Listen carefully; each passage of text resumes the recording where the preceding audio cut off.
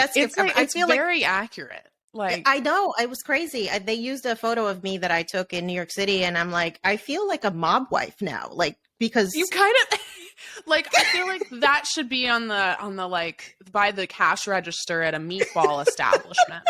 And I mean that in the best possible way. I mean that the best possible way. Yeah. I don't know how much we'll release the video, but she has this beautiful oil portrait, this oil painting of herself behind you. Like, you look great. Thank you so much. I would say thank you for being here, but also we're trading things. So it's like, it's a mutual, we're excited that both of us are on each other's shows. I know. This is so cool. So we are doing a joint podcast recording and just, talking about side hustles, passive income. The thing that people want to know, I think, about us more than anything is like, how the hell did y'all turn this into this, empire, if you will? And so I'm so excited to chat with you and connect with you and talk about this today. I'm excited too. So tell us about your journey. Tell us about what was the catalyst for getting started. Was it always, okay, I'm going to take this full time? Like, walk me through the full business journey of growing a side hustle into now your full-time hustle. Absolutely. So this was not part of the plan. I always like to preface that and say I had a very specific list of things that I was supposed to do according to my Latino parents. So they said, graduate from school with good grades, preferably grades high enough to get a full scholarship so we don't have to pay for school, because we can't pay for school anyway. So there's that. Yeah. And then go and get a good job, preferably one that has a pension, and go live your life, and go do the thing, go work for 45 years, buy a house, get married, live the American white picket fence dream. And so, for a long time into my mid-20s, I was on that trajectory. I graduated from college, got a full scholarship for that, got my master's degree in biotech. So I went into the STEM field because my father was an engineer. So I said, I'm going to do that because that sounds like it makes a lot of money. And then by the time I was 27, I was like ready to drive my car off a bridge, metaphorically, because I just hated my entire life. And I'm like, wait a minute. What was it about it that you really hated? Was it like working corporate? Was it like, what for you was like, God, I'm getting up in the morning and I hate doing X? You know what? I think about it now and I feel like this idea of what corporate America is, where it's just like, the majority of your working life, of your adult life, is dedicated to spending 8+ hours every single day working in a cubicle. I mean, I had no windows. Like, I couldn't even see the sun. I didn't know what time of day it was. I was always in environments where there was a lot of people who did not look like me, a lot of white men. And I always felt like the Latina who somehow tricked people into hiring me because there's no fucking way I'm actually qualified to be here. There was a lot of imposter syndrome, a lot of microaggressions. I definitely found out I was being underpaid. And for me, it just felt like, is this what I wanted to be an adult for? Because this is not what I signed up for. Yeah. I mean, I'll talk about it, but I would love to hear your story, because I feel like I don't know much about your corporate past before you made this business leap. I mean, it was briefer than it felt. Like, I look at it on paper and I was like, oh, that wasn't too many years, but I literally, and I'm sure people listening, it feels very similar where, you're getting up every day and you're like, is this it? Like, is this what I'm doing for the next 30, 35, 40, 45 plus years of my entire life? Like, is this what we're doing? And, so I graduated college with degrees in organizational communication, which I like to say is marketing with less math, and a degree in theater. And I was like, okay, I'll do social media, I'll do marketing. And so got into my first job out of school. It was a great job in terms of experience and in terms of I was getting to fly certain places. I actually went to the Oscars one year, which was crazy. Wow. But the most toxic work environment, very misogynistic, sexual harassment all of the time, blatant alcoholism, a bunch. It was a really bad environment. And so I was there for about a year and 9 months, and I thought when I was getting into corporate, like, oh, I'm going to be climbing the corporate ladder. Like, that's the dream. Like, 22-year-old me was like, pencil skirt, coffee, briefcase, like marching the city. Like, and I know that's a fantasy because, like, I hate pencil skirts. I don't drink coffee. I don't carry a briefcase. Like, it was so obvious now looking back, like that was a complete and total, like, you know, the rom-com version of what we think, you know, the corporate the Devil Wears is. Prada looks so glamorous on this big screen, but it's not real. It's not real. And I thought that that's what I wanted. And then very quickly was like, I don't like making somebody I don't respect rich. I don't like having to show up even when my work is done. I don't like having to request to go on vacation. And also I only get 10 days off a year or something crazy.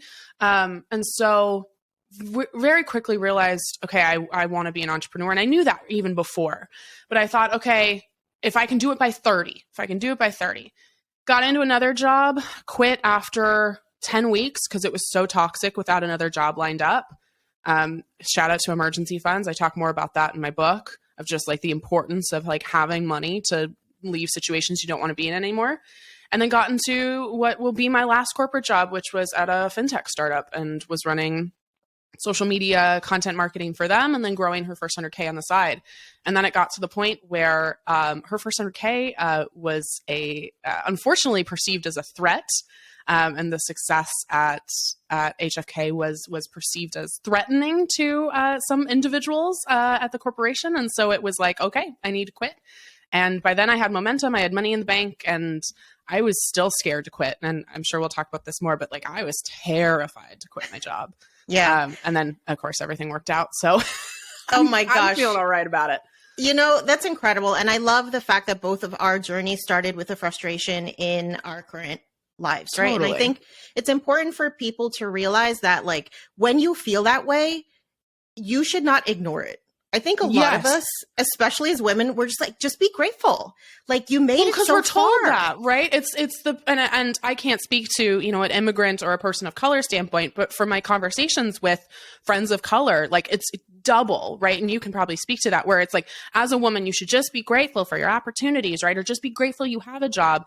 And then you have all of these expectations on you if you are a person of color from your ancestors, from, you know, if you're first gen, that's a whole other thing. So yeah, I think that that's all too common. Yeah, absolutely. Yeah. I mean, I can't tell you the look on my parents' face when I told them I was going to quit my corporate 6-figure job with the pension at a Fortune 50 company. Yep. They're just like, are you fucking kidding me? Like, right. Do you understand what we went through to get you here? Like, do you really get? And I'm just like, guys, I mean, isn't this the point though? Like, isn't the point to open the doors so that then we can do reckless shit like quit our jobs to do TikToks? Like, isn't that the American dream? Isn't TikTok the American Chinese dream though? Because it's built in China. Like, I think to your point, it's so beautifully stated of like, if you have this feeling, I think, one, observe it, don't just bury it. But two, like, I think, again, we're taught as women to sacrifice everything that we want for other people. Maybe that's for your kids. Maybe that's for your partner. Maybe that's for your family. Maybe that's for just like society's expectation of what and who you should be. And one of the most powerful things, I would argue, the most powerful thing that we can do as women is realize what is actually serving us and what do we actually want versus what do our parents want? What does our partner want? What is society expecting of me? Yeah. Because often those things actually aren't aligned, but you owe it to yourself to do the thing that you want to do, even if, at least in the beginning, there might not be as much support. Absolutely. I think, you know, it's important to just remember that it's nobody else's job to live your dream. Yeah. And when you have the opportunity to explore like what you actually want to do, I think that opportunity can come from putting yourself in a financial position where you are not struggling anymore, right? It's hard to dream. It's hard to imagine starting a business when you're living paycheck to paycheck. So I think, you know, the first thing to do is really start setting up your money in a way that's going to allow you that financial parachute to take that leap. And I know that's something that we both did in our journeys. Yeah, so let's talk a bit more about that and like the Yeah. nitty-gritty logistics of that. For me, that looked like setting up an automatic transfer of even a small amount of money from my checking to my savings every single paycheck. And you can do this, I've talked about this so much on this podcast, but you can do this through your payroll platform at work typically, or if that's not offered, you can set it up through your bank. Maybe that's $20 or $100 or 5% of every paycheck, because you want to build that emergency fund, right? That emergency fund is going to give you the ability to have, like you said, a parachute. And that's what I did. And I'm sure that's what you did as well, or some element of that. Yeah. So when I graduated from my master's program, I had about $30,000 worth of debt. And so I knew that I needed to get rid of this in order to feel comfortable with taking the leap. And so that's honestly why I started side hustling. So I started my food blog in 2013, and I was like, I think this is something I could turn into a business. I saw other people doing it online. And so when I was able to start monetizing it, instead of using the money to like, buy designer bags or like take trips to Cabo, I'm like, maybe I should just use this money to pay off this debt, because the faster that it's gone, the more options that I have. And, student loans are one of those things that even when you die, somebody's going to have to deal with them. So I knew like if I get rid of any debt, it's going to be this. And so once I became debt free, I was able to use all of the money that I was getting from side hustling to fund my emergency fund, to fund an FU fund, which is separate from an emergency fund. Right. And I also started to accelerate my investing, because at that point I knew about financial independence, and I'm like, this is exactly what they say to do. Take all the extra money you have, put it in investing accounts, build your financial parachute. And so by the time I was ready to quit my job in early 2021, I decided to take one last diagnosis, if you will, of my finances by talking to a CFP. I was like, I just want to make sure like somebody else is looking at this, right? It's like, I don't want to perform like the brain surgery without the qualifications. So let me get a professional in here. And, she took a look at my investments, took a look at my emergency fund. And she's like, girl, you could have quit last year, but I love the conservatism. Yep. I had the same thing where I wasn't looking at my numbers because I was actually too afraid to quit. Like I told myself, as soon as I was making enough money, as much money, if not more money than I was making in my 9-to-5, I could quit my job. And I purposefully ignored my numbers because I knew that if I got honest with myself, I actually was making enough money, and then I would have had to quit. Like I purposely didn't look. Yeah, I don't blame you. Accounting is scary, especially as a solopreneur. It's just like, what's happening? Me, it was more like, if I look at the numbers, then I've made the promise to myself and I will have to quit. And I was terrified to quit. So yeah, very similar. Like I could have quit long before I did, but. Can we talk about the quit story? Because I feel like that's always such a juicy part of this. I have a quit story I've actually never discussed. Oh my God. Can you discuss it? Or is it like a non-disclosure? There's no non-disclosure. Okay. Sure. I can talk about it and we can cut it later if we want. Okay. But I want to touch on something that you said before. Yeah. You said like, okay, I wasn't buying designer bags. I wasn't going to Cabo. I wanted to pay off my debt. And you and I are not about deprivation, like not at all. But I think something key there is you're like, yes, Cabo's great. Yes, designer bags are great. I wanted this other thing more, right? And it's not like deprivation. It's actually, I know that the other side of debt is this life I really want. Yeah. So I am going to focus on paying off my debt and temporarily sacrificing some of the things I might want, because I know that long-term is going to be better, right? It's self-care. It's like, okay, I'm going to do the hard thing right now because in the future, I'm going to be able to take as many fucking trips to Cabo as I want. Absolutely. Like, cool. And I was still traveling while doing my debt payoff, but I would travel hack with credit cards. I would do staycations. I would do like a local Airbnb where it wasn't going to cost like a ton of money. So you have to be creative too. You can be a tourist in your own town while you are, achieving your financial goals too. And I think the value-based spending that we both talk about is like, that's what clicked for me, because the consumerist capitalist environment that we live in just teaches you to acquire all the things as soon as you can. Yeah. But it's like, do we really need to be buying a house? Do we really need to be driving the Mercedes? Is that the mark of success? Or is the mark of success being able to walk away from your fucking job in your 20s or your 30s and have all the options in the world? I know what I want. Yep. I don't give a shit about the Mercedes. I will drive my 2016 Acura till the fucking wheels fall off. I have a 2014 RAV4. 2014 RAV4. Certified pre-owned. Love that car. Love that car. Yeah. Okay. Quit stories. Do you want to go first? Sure. Because it was funny when you mentioned that your job found out about your side hustle. I had the same thing happen where my coworker outed me to my boss, and then my boss set up a meeting and was like, "Hey, I heard you're quitting your job on Instagram." Hella awkward, but it was about 3 days before I was planning to quit, so I already had my resignation letter written and was just literally waiting until the day of my birthday to give it to them. So this was like 3 days before my birthday. And I said, okay, well, I mean, yeah, that's accurate. I was planning to quit on Monday, so it's Friday. So here's my resignation letter. Okay. The most awkward fucking meeting you could have. They didn't know about it before?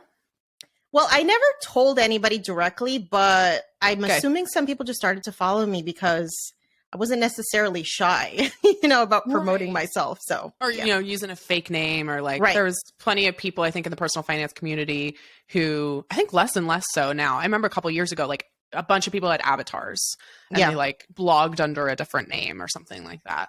Mm-hmm. Oh, wow. I didn't know that. Hashtag awkward. Well, and let's answer that question now. We have a question from the community of should I tell my job about my side hustle? Yeah.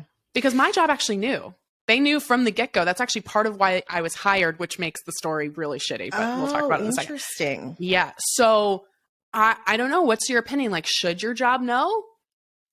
I think if your side hustle is in direct competition or conflict with your industry, then you might have to tell them, right? If you are a certified financial planner, licensed financial advisor, and you are also trying to be a financial influencer, not going to happen. Okay. There are laws, the SEC, regulations, all types of stuff that will prohibit you from giving financial advice outside of your, job. So in that case, I think it makes sense. If you're doing something completely different where I started off as a food blogger and I was working in pharmaceuticals, not in any way related. If that's the case, then, you don't necessarily have to disclose. I think it's also important to read anything that you signed when you got employed. If there's any, thing that says that you can't have a second job, that you can't have your own business, just make sure to read before you sign. Yeah. And I think for me, my last job knew because they were in fintech and I had a bunch of personal finance contacts. So actually, I think that was part of the reason I got hired was I presented, hey, I have all this, traditional 9-to-5 work experience, but also I know this industry really well. And I have, contacts and I have, been able to hit these sorts of milestones with my business that I can duplicate or help duplicate in this. So in that way, it worked great, obviously, until it didn't. So I think it is a case by case, situation by situation basis. Again, my background's marketing. If you work in marketing and you do freelance marketing on the side, I think you're probably fine. I think that actually helps you boost your resume. I have a ton of friends who, work in their 9-to-5 and then they do consulting for whatever they do in their 9-to-5, right? I don't think that's a huge issue. However, yeah, you have to be very careful about how it interacts with your 9-to-5 and being really clear because unfortunately a lot of these bosses still are not pro side hustle. They're very anti side hustle. So while you are there, you need to at least perform the act of you working. Yes. And I say perform because there are sometimes I was not working on my thing that I should have been working on. So at least put on a very good performance. Make sure you're doing your work because the last thing you want is a performance review where they're like, actually, I don't feel like you're proving yourself or doing your work. And then the side hustle becomes the issue. Mm-hmm. Yeah. Or you get fired and then you got to make this shit profitable ASAP because now you got no choice. And that's a lot harder. Okay. My quit story. I'm just Kristen, I'm going to lay it all out here and then we can cut if we want. Okay. So like I said, my 9-to-5 knew about my side hustle. That was part of the reason I was hired, but I was hired in late 2018 or no, it was early 2018. It was March of 2018. So HFK didn't really take off till 2019 when we rebranded. At the time, it was more of a blog focus, had maybe 4,000 followers on Instagram. We were tiny. And then I rebranded in early 2019 to her first 100K and things started taking off. So I was featured in Market Watch and CNBC and a bunch of these different places. And one of the things that I really tried to do, which I did not have to do, was incorporate my job into these interviews in order to get them press. Which, again, I'm still bitter clearly about this. Something I did not have to do, but I wanted to do as kind of like my good faith, like, hi, actually, this thing is benefiting you as well. Because it was my like trying to convince them that this side hustle is not a threat to you. So I got them all these like backlinks, all of this web traffic from my press. And my direct boss still is a huge supporter of me and a huge supporter of what I do, and was very like pro all of this. The other two, there were 3 co-founders. The other 2 founders did not like it and saw it as a threat to their business. These are 2 straight white men in their 40s. And I, a 23, 24-year-old, am seen as a threat, which I think hysterical. Seriously. So it keeps growing. It's gaining momentum. And it gets to the point where I can't bring it up in the office because it's pissing a lot of people off. And I'm going to my boss and I'm like, I'm trying to mend this relationship. Like, I do good work. And he's like, I think just the perception is that like you care more about this other thing, which is 100% accurate. But like the perception from the other 2 co-founders was that I had one foot out the door, which wasn't entirely inaccurate, but also I was doing good work. It wasn't like I was neglecting my work. Right. So I hit my 100K goal. The origin story of her first 100K was me saving 100K at 25. Hit my 100K goal, announced it like very quietly in the office to like friends. Went on vacation to celebrate, and I got the call for Good Morning America while I was on vacation. Came back, did GMA. It was great. Then I have a coworker pull me aside.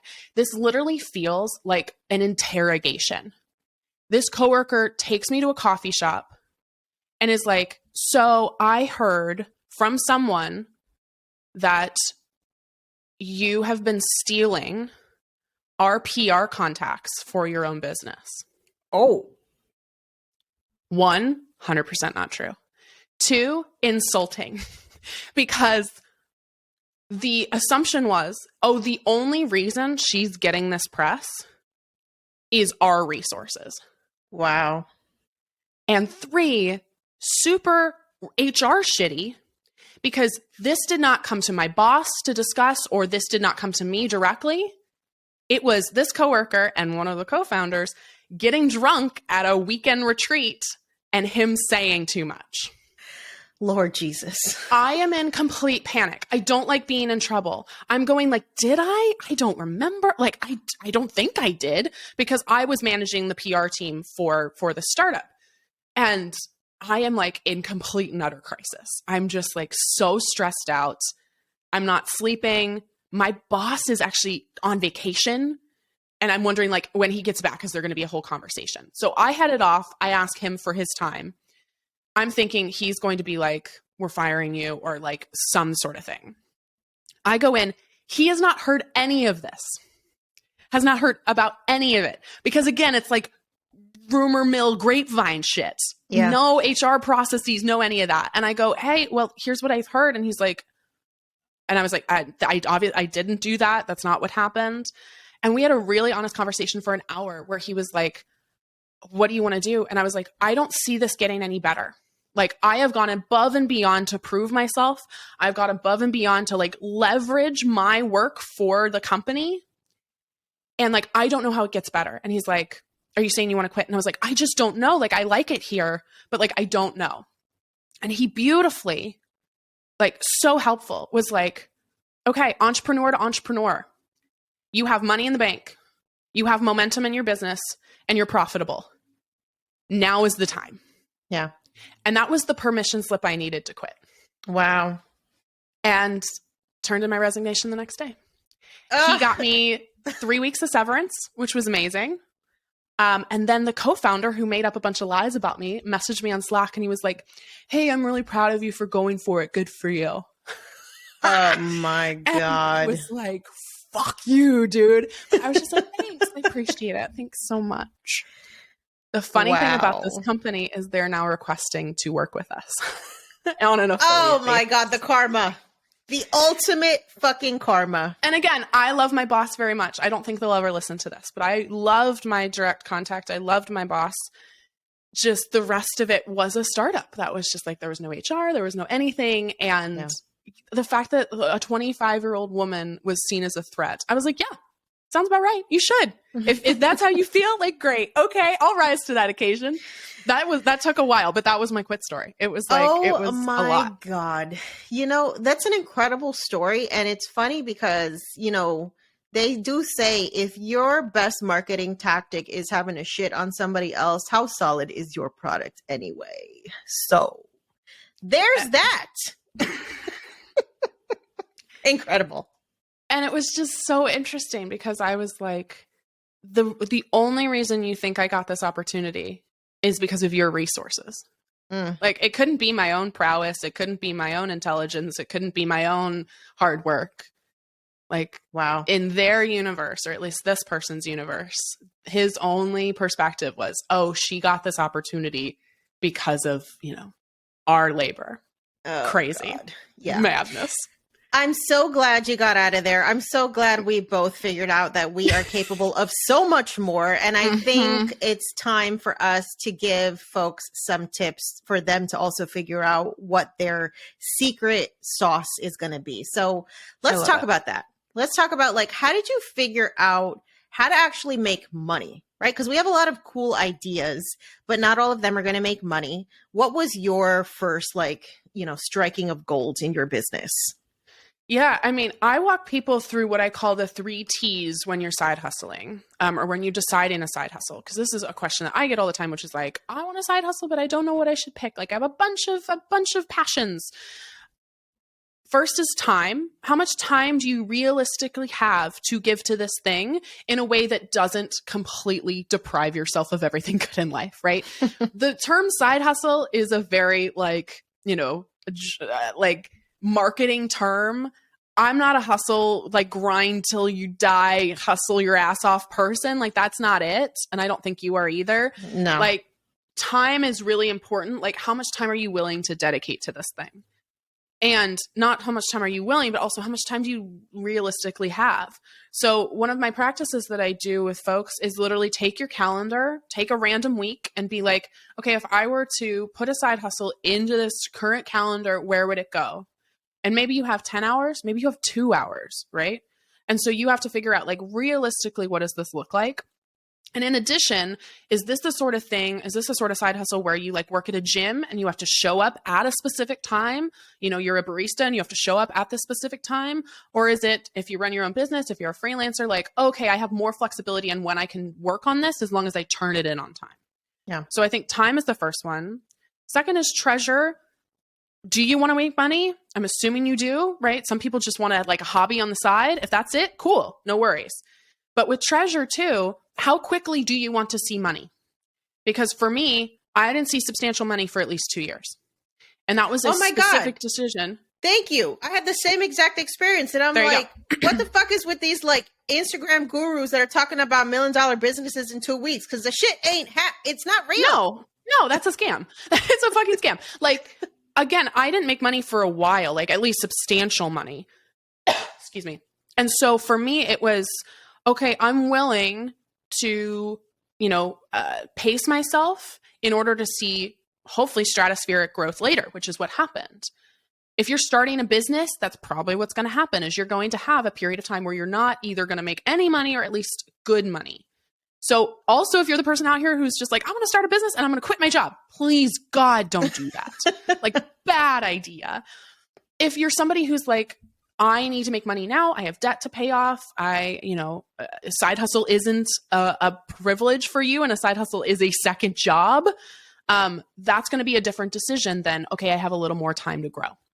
And the third thing for me is talent. That's your third T. What sort of talent do you already have? What can you leverage? For me, I was a social media marketer. It made sense to do something related to social media on the side because I was good at that. You know, if I was like, I'm going to go teach ice skating, bad idea. Can't do that, right? So you have to decide, is this something that I want to do? in my side hustle? Is this something that I want to do more of? Or do I want to teach myself this other thing in order to do it on a side hustle? So I think for me, when I started making money, I got really clear about my vision for the company. I got really clear about who I wanted to talk to. And in addition, I was able to, again, leverage those skills I already had, as opposed to like going out there and trying to teach myself a bunch of new things that I'd never done before. Mm-hmm. Yeah, I love that advice. I always tell people to think about what is the problem that you are equipped to solve. Because when we think about a business, that's literally what they do. I mean, Amazon is the business that keeps me from having to leave my house and interact with human beings. Like that's the problem that they're solving for me, right? Instacart allows me to just get groceries delivered to my house so I don't have to go out and spend hours every week doing that. So it can be something as mundane as like, you know, who's going to take care of my dog while I'm on vacation? Or how can I start investing? Or how do I start a blog? Or how do I open a restaurant? You know, like there's so many different things, skills that we acquire both personally and professionally throughout our lives that can be the thing. You know, you're already exchanging your skills to an employer for X amount of money. What if you just cut the employer out and go and give the skills to someone directly? That's what you're doing as an entrepreneur. So it's important to just think about your personal and professional skill set and see what can you solve for people, and then just try shit. Because I'm pretty sure not everything worked out for you. You know, we didn't always strike gold in business. And anybody who tells you that, you know, everything they've fucking done was like $1 million business. No, you're not always going to get it right. You figure out what you're doing by doing it. I want to say that again. Yes. You figure out what you're doing by actually doing it. Liz Gilbert, who is like my idol, wrote Eat, Pray, Love, Big Magic, among other things. She talks about perfectionism being a horrible, terrible thing. Perfectionism is not a prize that you should like wear on your shirt. Like you should not be proud of perfectionism. She says perfectionism is fear in stilettos. It is the fear of getting started, right? Because what if it's not good enough? What if I don't know what I'm doing? I don't know how to make a website. Oh my gosh, what if I build all these other things? So what I think a lot of business owners do, or potential business owners, is they put so many hoops in front of themselves as they're like, oh, well, I can't get started until I have a logo. I can't get started until I have a website. I can't get started until I have brand colors, right? And all of the intention behind that is good, right? Oh, I want a brand. I want it to look great. I want it to, you know, people to be able to find me. But really what you're doing is you're putting barriers in front of yourself so that you can take the leap later, right? It's kind of like what I did of like, I'm not going to look at my money that I'm making in my side hustle because then I don't have to quit, right? Like you kind of just have to do it.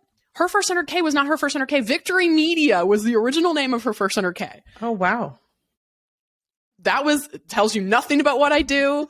It was like a play on my name. Like that has no like relation to finances, right?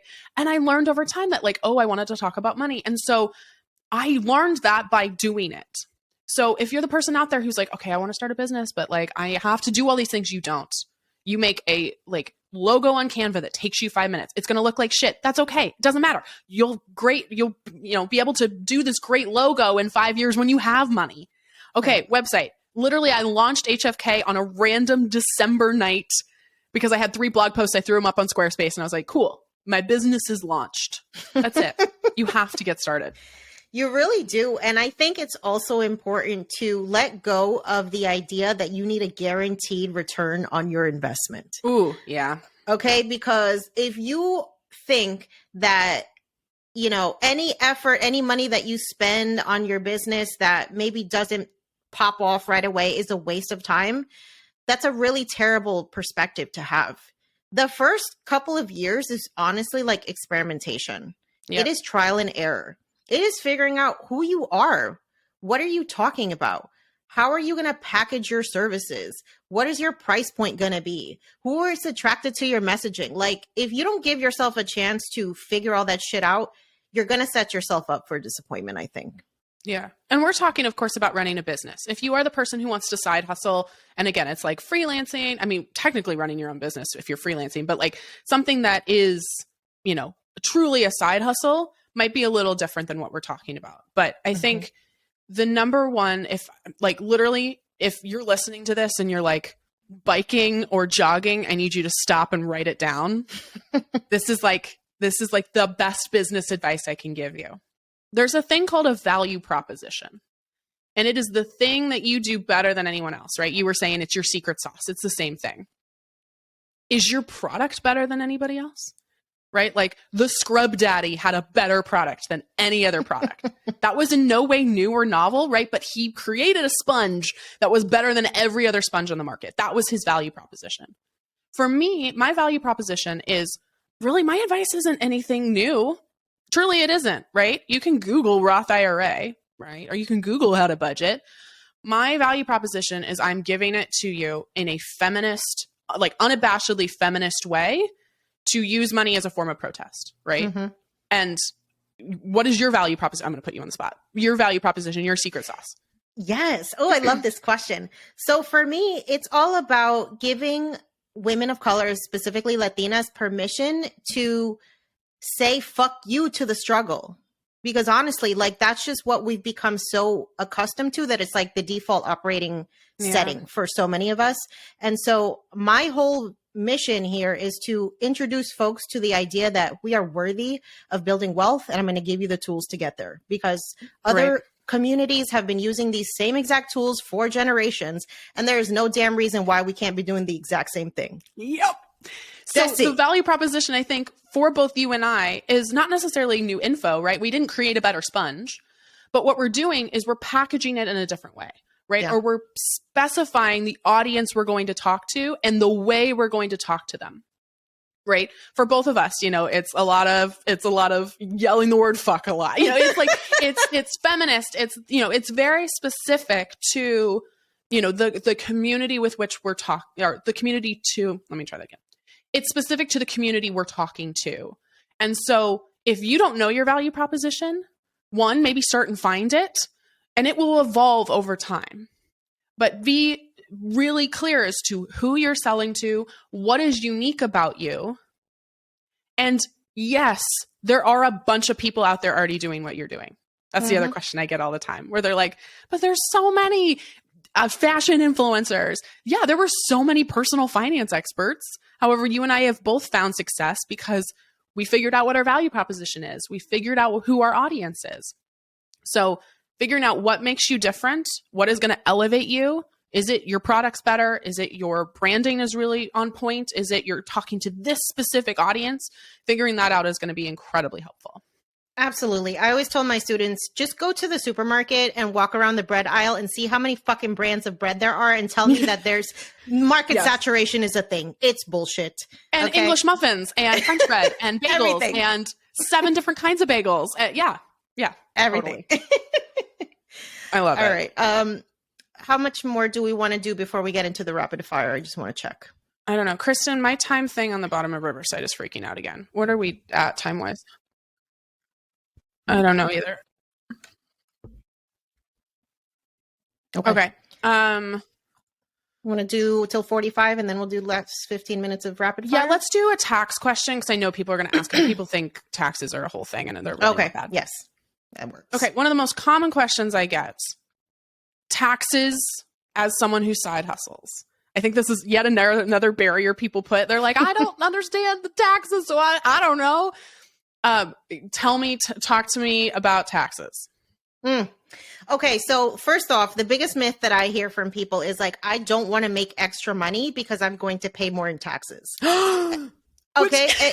That shit triggers the fuck out of me. Cause I'm just like, wait, that's like saying I'm not going to lose any weight because then I got to go and buy new clothes. I'm sorry. What? Like, cut it out. Okay. That's number one.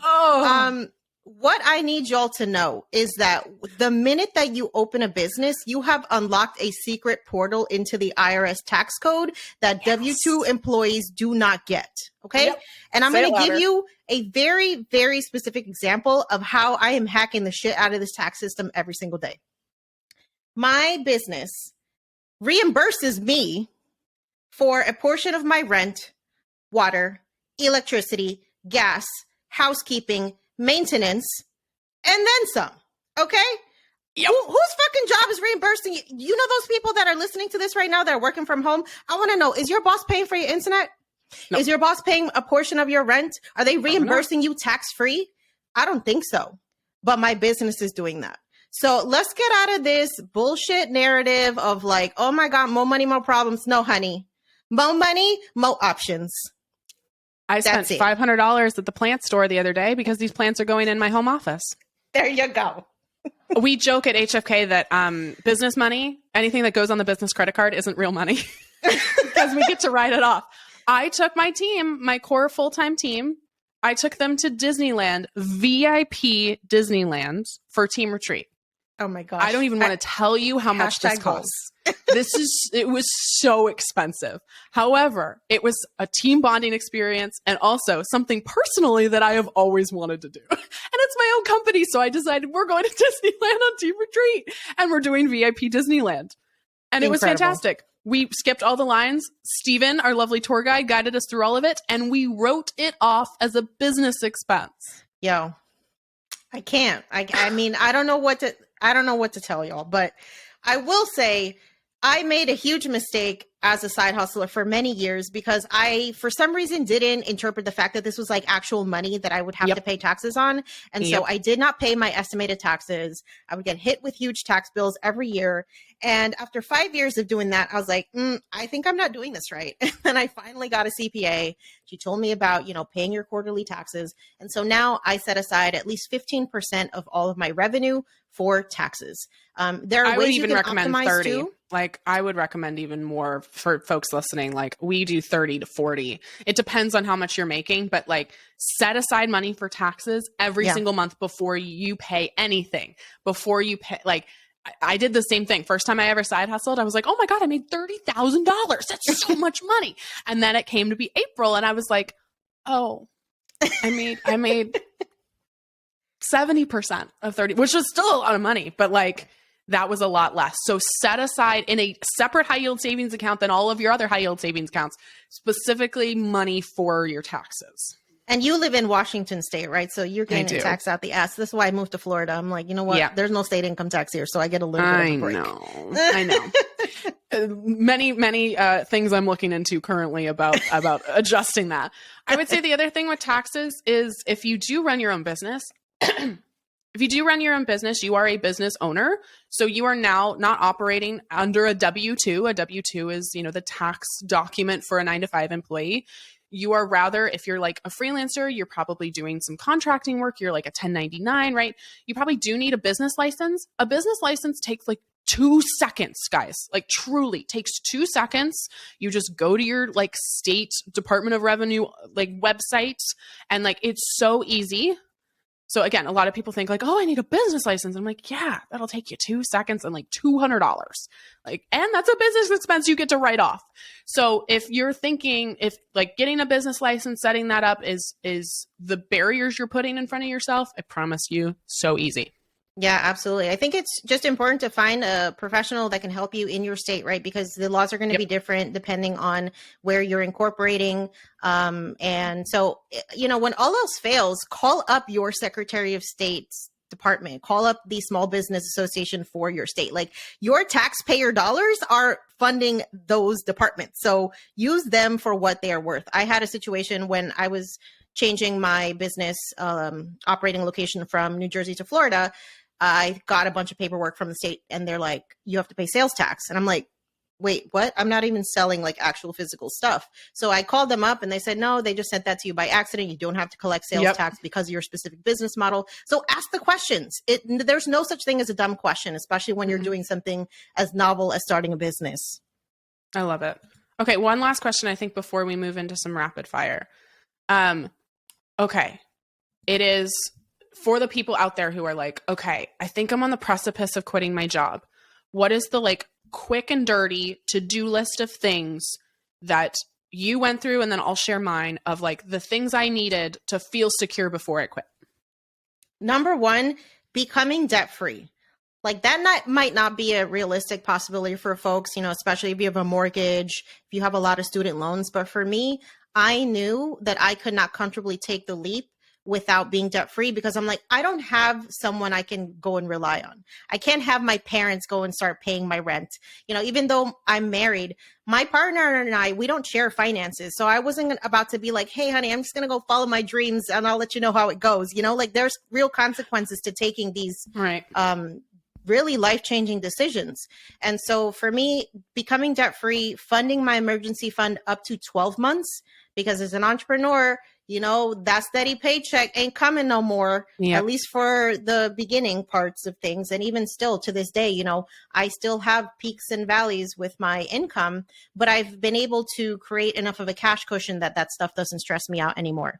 Another thing too, figuring out what you're going to do for health insurance, right? The fact that this country is so damn ghetto that we tie health insurance benefits to employment makes it hard for a lot of folks to make that decision, especially if, you know, you're a single person, you're not married, you can't leverage a partner's insurance plan.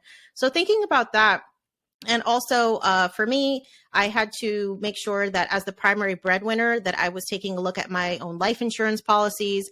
I got a post-nuptial agreement because I'm like, I need protection because this is my money, honey. And I love you, but if and when, God forbid, you're not taking this shit because I built this myself. Okay. So those were a couple things that I did. I love it. I talk about what I call the ramen noodle number. I would echo everything you just said. That was my thing. I actually still had a car loan, but it was like nothing in interest. And I almost paid it off before. I paid it off, like quit my job in November. I was done paying it off by February. So it was quick. Okay. Ramen noodle number. It is like your bare bones living on ramen noodle. Like, what is the number that you need to be making in your business in order to afford your life? Now this ramen noodle number is twofold: personal ramen noodle number and your business ramen noodle number. What is the bare amount of money you need to be making in order to cover your own personal, your rent, your insurance, your, you know, whatever, your daycare? Second, what is your business ramen noodle number? What do you need to be making to afford your business? Your Canvas subscription, maybe you're paying somebody else as well. Your hosting website fees, right? And if you are consistently making at least as much money in both of those, that might be a sign you're ready to go. And that's consistent. That does assume this is not sushi number. This is like your ramen noodle number, right? This assumes you're not spending a bunch of money on the fun things in life, or that you're not able to grow your business necessarily. This is more just like, what is the bare amount of money that I need to make in order to afford my life and keep the lights on? And so if you haven't done those numbers, that's your next step as well, is figuring out, okay, what am I making? What is my life expenses? Am I willing to actually, to your point earlier, like cut down on some of the luxuries in my life to hit my goal sooner?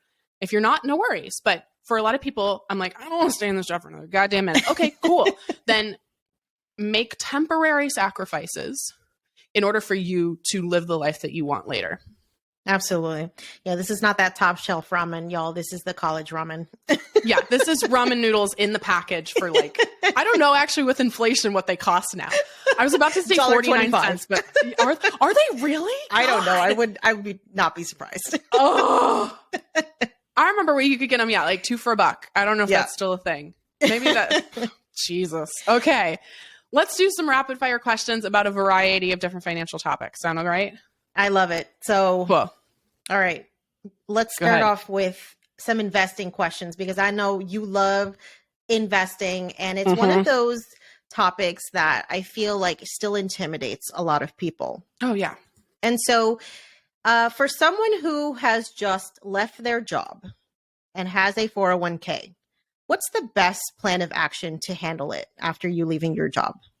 Okay, you have two options. You can roll your 401k into a new job's 401k if you are going from one job to another job, or you can roll it into an IRA. You have these different kind of tax like asterisks, right, with a 401k or an IRA. So we talk more about this on the Financial Feminist side on a couple previous episodes, but basically you have a traditional 401k or a Roth 401k, or a traditional IRA and a Roth IRA. It gets a little dicey if you have a traditional 401k and you're trying to roll it into a Roth IRA. It's not impossible. It just takes it's another step, because you're going to now get taxed on that money as opposed to waiting to get taxed later. We have a free tool, again, on the HFK Financial Feminist side called Capitalize. It's literally free, that will help you roll this over and do the whole process for you. And it's completely free, which is great. On the other side, again, takes a couple phone calls, make it part of your money date, financial self-care time of okay, I'm going to set aside a half hour, call some people, get it rolled over. I would recommend rolling it over as soon as possible, because you will forget about it. And then you'll have potentially 6 different 401ks just hanging out in the ether. And that's just not worth your time trying to manage all of that. No, absolutely. That is money, y'all. You would not abandon a bank account. So you have to treat your investing accounts the exact same way. And a quick hack for entrepreneurs: if you are planning to quit your job and you want to take your 401k with you into your now individual 401k that you're going to set up as a business owner, you can absolutely do that. So when I quit, I rolled over my corporate 401k into an individual 401k and just redistributed the money that was in there into my own investment portfolio. So amazing. All right. Another question. If I have low expenses, is there such a thing as contributing too much to a 401k or to a brokerage account? A brokerage account is just a general investing account that's not for retirement.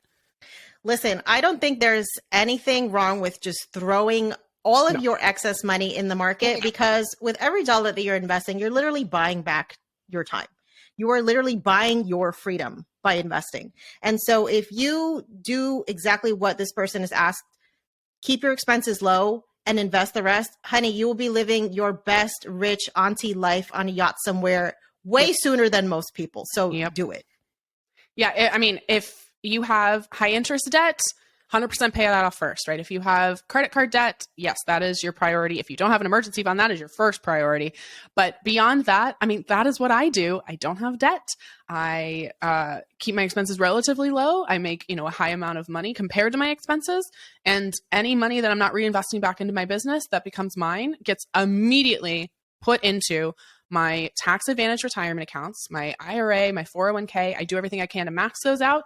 And then if I max those out, I move to a brokerage. Brokerage has no restrictions. You can throw millions of dollars a year into a brokerage account if you have it and want to.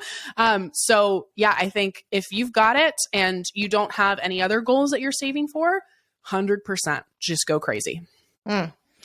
So what would you say to women who feel like they're never going to reach their first 100K? Her first 100K, the very name is meant to be flexible. The 100K could be very similar to mine, where it was 100K save/invested. The 100K could be 100K net worth, which is typically a lot easier for people to get to. Could be 100K debt paid off. Could be 100K earned in your business. The 100K can be whatever you want it to be. And the reason, besides my own story, why we named it Her First 100K is because there's the joke that the 100K is the hardest. You start seeing incredible compounding returns in something like an investing account when you have that first 100K. It's so true. That's when you start not having to muscle your way through it, right? And it's like somebody grabbing, the weight that you're lifting and pulling it up a little bit for you. And so I think if you are in that point where you're like, oh gosh, this sucks. I'm paying off debt, but I don't feel like it's moving the needle. And I'm trying to invest, but it seems scary. And the stock market's shit right now. I totally get it. The thing is to create small habits that will build over time. Again, if it's $20 a month, that is better than nothing. $20 a month set aside in something like a Roth IRA or a 401k or a high yield savings account is better than you being well, this is never going to happen. So I'm just going to say fuck it and not try. Yeah. That's not the solution. And continue to allow yourself grace, give yourself grace and kindness. Just learning anything else, it takes time. You're not going to, again, I was doing a shit example of learning how to ice skate before. I'm not getting out of there and immediately looking like Christy Yamaguchi, right? If I'm learning something new, it's going to take months, if not years, to get good at this thing. Yeah. And that it's just going to take some time. It 100% is. And it's going to take a lot of grace for yourself, but we're looking for progress over perfection. I love that. Amazing. Let's see. What do you want for, I think, one more question? Yeah. Let's do the self-sabotage. Yeah, that's great. Yeah. Okay. One of our last questions here from the community. What self-sabotage message have you had to hold? Oof, let me try that again. Sabotage, like it came out with a lisp. What self-sabotage message? Okay. One of our last questions from our community. Any self-sabotaging message that you have had to overcome in your journey with money? Yeah, I definitely want to hear your answer on this too, because I feel like the mindset work that is required to master money, master entrepreneurship, just master life. I mean, it's an ongoing journey. For me, I don't think I realized like how much I was going to confront about my own limiting beliefs in this journey into entrepreneurship, just like things like comparison, things like imposter syndrome, things like just questioning your intelligence. I mean, you'll confront all of that and more. And for me, I think the biggest roadblock has been the comparison trap of just letting the Instagram reel highlights be how I measure up my own success. And I think it's important sometimes, like, we need to put blinders on. I think it's important for you to maintain perspective that when you follow people, especially on social media, you are following their highlights. You're not seeing the hardship. You're not seeing the crying, the tears, the fear, the holy shit, what the fuck am I doing? Oh my God, I have to call my therapist because this feels ugly, and we all have those moments. And so I think it's important, like when you feel that imposter syndrome, the comparison, you might be paying attention to what everybody's doing too much and not focusing enough on yourself. So I like to practice journaling because what I feel happens to a lot of us is we get caught in the daily minutia of life, and it can just feel like you're on a treadmill that's like going nowhere.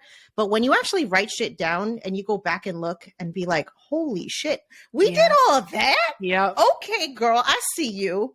So you need to like really build those visual reminders in to remind yourself of like how far that you've come. And I think that is, a really powerful place to be. How about you, Tori? I'm a huge journaler. So yeah, couldn't agree more. I have two. The first I talked about of like, I kind of was weirdly resisting the thing I really wanted because it meant I actually had to do it. And I love my parents, very supportive, very well-intentioned. But when I called them with this whole debacle of what was going on at my corporate job, they were like, well, you can't leave. You need your health insurance. You need your consistent paycheck. They literally told me, quote, you need to do anything you need to do in order to keep your job. Oh, damn. Yep. And I not only made the decision that was risky and that I felt was risky, but also kind of directly defied my parents. And of course, I was in my 20s. I was allowed to make decisions for myself, but it's always a little scary, especially if you're close to your family, to make a decision that, someone close to you is counseling you not to make. Now, of course, now I joke and I call them and I'm like, remember you told me to quit to keep my job when I was going to quit, and now I'm like doing great. But I think that that's one thing is really, like we were saying before, is understanding what you want, what you're capable of, and taking counsel when you want to take counsel, but also trusting that you know best. I would say my second thing, this was especially when I was getting started. You were talking about the kind of, the highlight reel of social media. I had a similar thing, but in a different way. I was looking at people's businesses and I was so impatient because I looked at somebody's business and I was like, I can do that. Like, I know I'm capable of doing that. Why am I not getting traction? Like the perfect example, who she is now a colleague of mine, which is crazy.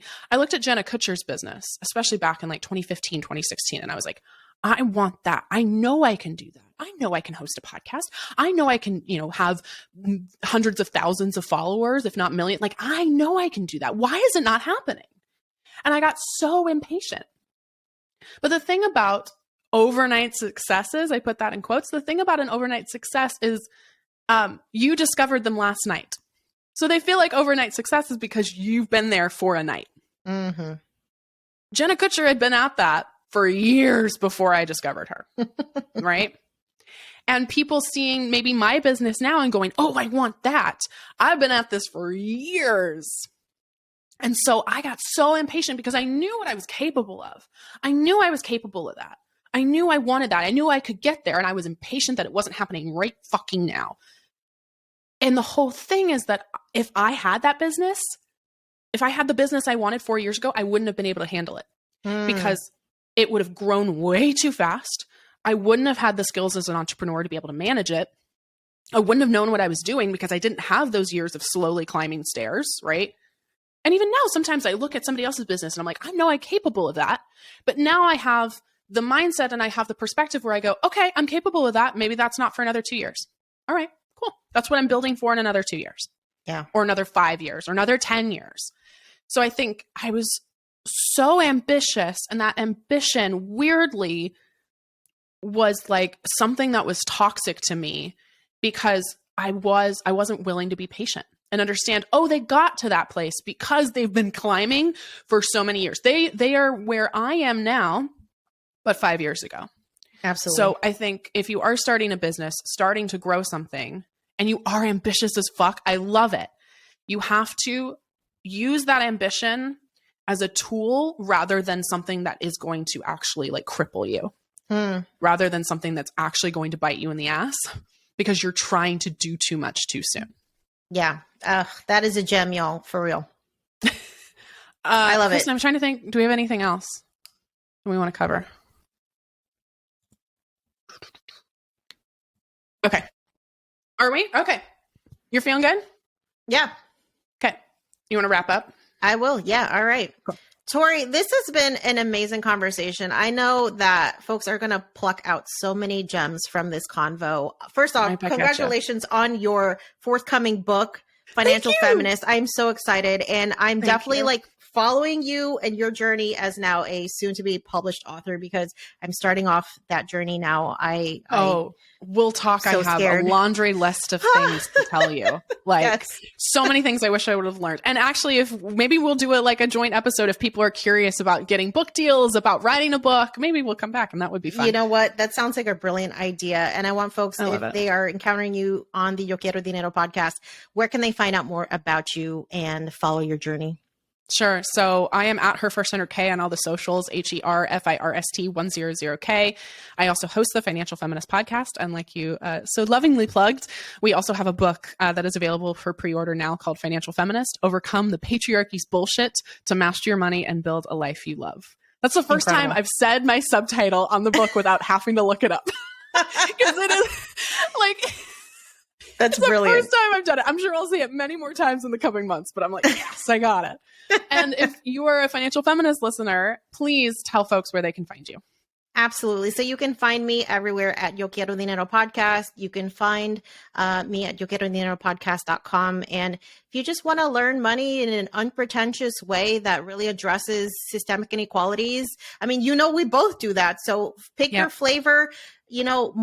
I think the more the merrier. We need so many more voices in this space. And I'm a firm believer that we will accomplish so much more together as community than we will trying to compete with each other. So I just want to thank you, Tori, for the work that you do to, empower us to be badasses with our dinero, because I mean, we are unstoppable. And we have to have the tools to make that a reality. So thanks for what you do. Thank you for what you do. I'm so excited. Thank you. Cool.